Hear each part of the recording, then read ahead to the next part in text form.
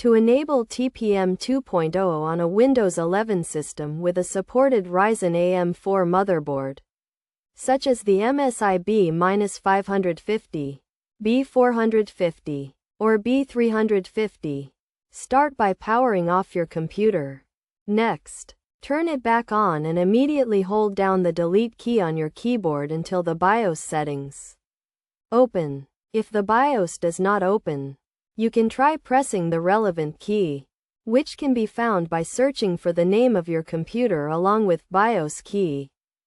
Once in the BIOS, navigate to the Advanced tab, located at the top right, either by clicking on it or pressing F7 on your keyboard.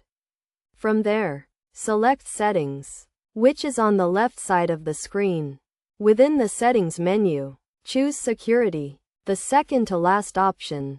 Inside the Security menu, select the second option, Trusted Computing. Open this and locate Security Device Support. The AMD FTPM switch may be grayed out, indicating it cannot be edited. To enable editing, click on Security Device Support and change the setting from Disable to Enable. Once enabled, the AMD FTPM switch will no longer be grayed out, allowing you to select AMD CPU FTPM. Ensure your settings match the following configuration: Enable, Disabled, and AMD CPU FTPM. Finally, click the Exit button at the top right of the screen, and when prompted, confirm that you want to save the changes.